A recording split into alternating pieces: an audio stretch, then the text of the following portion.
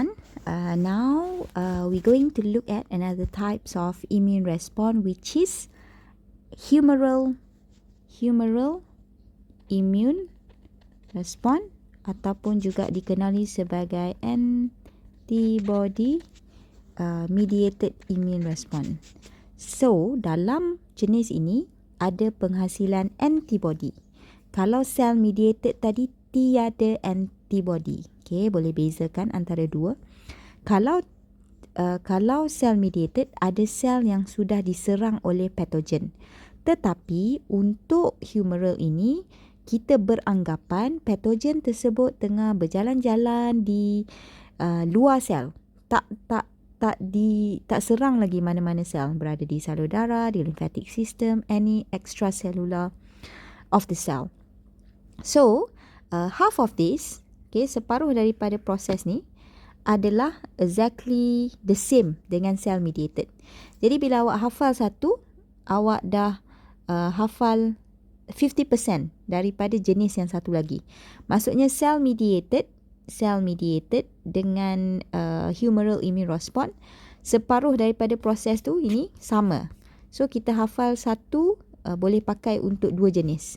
Yang berbeza adalah selepas step yang ke-9. Di sini step 10, 11 dan seterusnya saja berbeza. Jadi tak payah pening-pening. Step 1 sampai step yang ke-9 ni sama saja, cell mediated dengan humoral. Okay, let's look step by step. Alright, I'm just going to repeat myself. Kita anggap pathogen, ingat pathogen merujuk kepada virus, bacteria, any other foreign substances that enter into our body. So pathogen enter the body. And then pathogen will be engulfed by macrophage. Engulf tu maksudnya dia akan mengelilingi pathogen tersebut. Dia seolah-olah makan pathogen tersebut. And then dia akan degrade the pathogen. Macrophage tu akan degrade. Macrophage ni adalah white blood cell yang sentiasa berada di dalam salur darah. Dia macam polis yang ronda-ronda check apa yang pelik-pelik yang tak dikenali dalam badan untuk protect your body. So bila dia degrade, dia akan menghasilkan antigen fragment. Antigen fragment ni adalah sisa-sisa pecahan patogen tadi itulah. Jadi dia perlu tunjukkan antigen fragment tadi di atas permukaan macrophage tersebut. Tetapi dia tak boleh tunjuk terus. Dia kena ada dia punya structure yang boleh tunjukkan antigen fragment. Structure tersebut kita panggil MHC molecule. Inilah yang panjang macam pembaris ni. MHC molecule will be used to display the antigen fragment ni, antigen fragment yang bulat-bulat ni on the surface of macrophage. Selepas dia dah tunjukkan dia punya antigen fragment di atas MHC molecule, kita panggil MHC molecule antigen fragment complex. Dia sudah bergabung. Dua-dua struktur ni sudah bergabung. Jadi, maka dengan itu, macrophage sudah ada nama baru, iaitu antigen presenting cell. Sebab dia sudah mempresentkan dia punya antigen tu, antigen patogen tadi, dia dah tunjuk. So, kita akan guna antigen presenting cell, antigen presenting cell. Jadi, jangan confuse, macrophage itu adalah APC. APC itu adalah macrophage. Cuma dia digunakan pada situasi berbeza. Setelah dia dah tunjukkan antigen di atas struktur MHC molecule, basically is going to cause helper T cell to bind to the MHC molecule antigen fragment complex using the helper T cell receptor. Okay, reseptor dekat helper T cell ni kita panggil antigen receptor lah. Sebab dia boleh bind dengan antigen dekat depan tu. Okay, antigen yang bulat ni dia boleh bind. So, helper T cell receptor will bind to the MHC molecule antigen fragment complex. Selepas dia dah bind, apa berlaku? This going to cause the APC untuk secrete cytokine ataupun interleukin 1. Dia akan keluarkan cytokine tersebut ni, yang bulat-bulat, comel ni. So, apa kegunaan cytokine? Cytokine ni adalah sejenis signaling molecule. Kita anggaplah macam SMS. Okay, kita SMS orang untuk bagi tahu apa nak buat. So, cytokine ni dia bagi tahu apa? Dia bagi tahu, dia menyebabkan helper T cell tu bagi tahu helper T cell supaya activated. Okey, apa maksud activated ni? Activated ni maksudnya kena lebih efficient, lebih cergas. Untuk apa? Untuk proliferate dan juga differentiate. Apa itu proliferate? Setelah dia activated, baru dia boleh proliferate dan differentiate. Kalau dia duduk diam, dia pasif, dia tak activate, dia tak mungkin boleh buat proliferate. So penting cytokine ini disekret oleh APC dan dihantar kepada helper T cell supaya helper T cell activate. Activated helper T cell akan proliferate and differentiate. Apa maksud proliferate? Proliferate maksudnya dia akan buat mitosis ataupun dia akan buat cloning. Dia akan membanyakkan, buat kopi diri dia banyak-banyak to produce more helper T cell. Kalau tengok kat sini, saya dah lukis helper T cell tu daripada 1 tadi, sekarang sudah jadi 2. 2 jadi 4, 4 jadi 8 dan beribu-ribu helper T cell. Berjuta-juta-juta helper T cell, tapi dalam gambar ni saya cuba tulis 2. Itu maksud proliferate. Differentiate maksudnya helper T cell tadi akan berubah dia punya structure dan menghasilkan sel yang baru iaitu memory helper T cell. So kenapa penting untuk ada memory? Kerana apabila kita diserang oleh patogen yang sama pada masa lain, pada masa in the future, what will happen is our body sudah memorize bentuk patogen tersebut dan kita boleh menghasilkan immune response yang lebih cepat untuk melawan patogen yang masuk kali kedua, kali ketiga, kali ke-10 dan seterusnya. So ingatlah, differentiate menghasilkan sel yang nama dia baru, nama lain. Proliferate menghasilkan sel yang sama, bilangan yang banyak. So selepas activated helper T cell ni menghasilkan lagi banyak helper T cell, so activated helper T cell juga akan secret cytokine. Ni yang bulat-bulat ni.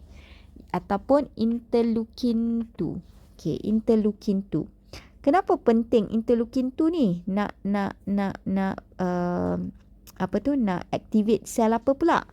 Kalau dalam cell mediated, dia pergi activate cytotoxic T cell. Tetapi dalam humoral ni, dia tak akan pergi ke cytotoxic. Dia akan activate cytokine ni. Cytokine ni siapa secret? Helper T cell ya, rakan-rakan. Helper T cell secret. Kepada siapa? Dia nak activate siapa? Dia nak activate B cell. So B cell will be activated dengan adanya cytokine ataupun interleukin 2. Activated helper T cell akan buat benda yang sama. Dia akan proliferate. Okay, B cell daripada 1 akan jadi banyak lagi B cell. Sebab kita kena ingat, kalau satu musuh masuk dalam badan kita, kita tak boleh 1 lawan 1. Sebab susah nak menang. So kalau satu patogen masuk, kita kena standby dengan 10 lagi white blood cell dalam badan kita untuk lawan satu patogen tu. 10 lawan 1, chances untuk menang lebih banyak, lebih tinggi, lebih mudah. Alright, so dia akan activated B cell with proliferate and activated B cell with differentiate. Differentiate jadi apa? Jadi memory B cell dan juga plasma cell. Ingat ya.